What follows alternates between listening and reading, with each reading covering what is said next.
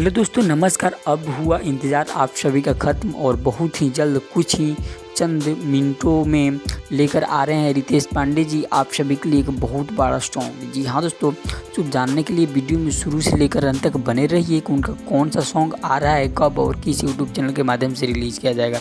दोस्तों जानने के लिए वीडियो में शुरू से लेकर अंत तक बने रहिए और जो भी अभी तक मेरे चैनल भोजपुरी रिसर्च को सब्सक्राइब नहीं किए हैं तो चैनल को सब्सक्राइब करके बगल में बेल आइकन को दबाना ना भूलें। तो दोस्तों आप सभी का टाइम वेस्ट न करते हुए आइए सीधा वीडियो स्टार्ट करते हैं। तो गाइस, रात को ही रितेश पांडे जी अपने सोशल मीडिया अकाउंट पर एक अपडेट दिए थे कि उनका एक बहुत बड़ा वीडियो सॉन्ग आ रहा है। जी हाँ दोस्तों, जिस गाने का टाइटल है उठे दरदिया। दोस्तों हम आपको बता दें, इस गाने का राइटर हैं सत्येंद्र प्रजापति जी और उनके साथ दिए हैं सतीश राय जी।